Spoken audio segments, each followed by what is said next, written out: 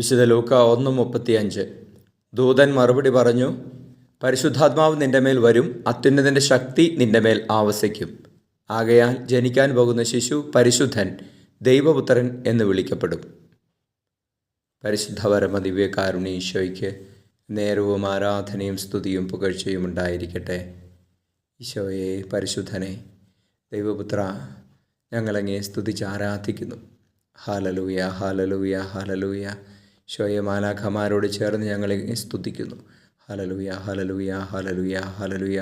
അങ്ങയുടെ തിരുജനനത്തിൻ്റെ മംഗളവാർത്തയോർത്ത് ഞങ്ങളങ്ങേ ആരാധിക്കുന്നു. Hallelujah, hallelujah, hallelujah. ഈശോയെ, ആരാധന. ഈശോ, ഞങ്ങളുടെ ഹൃദയങ്ങളിൽ ജനിക്കണമേ എന്ന് പ്രാർത്ഥിക്കുന്നു. ജനഹൃദയങ്ങളിൽ മാനവകുലത്തിൽ അങ്ങ് ജനിക്കണമേ എന്ന് പ്രാർത്ഥിക്കുന്നു. വീണ്ടും ജനിക്കണമേ ഈശോയെ. ഹല്ലേലൂയ. നമ്മുടെ കർത്താവ് ഈശോ മിശിഹായുടെ കൃപയും പിതാവായ ദൈവത്തിൻ്റെ സ്നേഹവും പരിശുദ്ധാത്മാവിൻ്റെ സഹവാസവും നിങ്ങളോടുകൂടി ഉണ്ടായിരിക്കട്ടെ, ഇപ്പോഴും എപ്പോഴും എന്നേക്കും. ആമേൻ.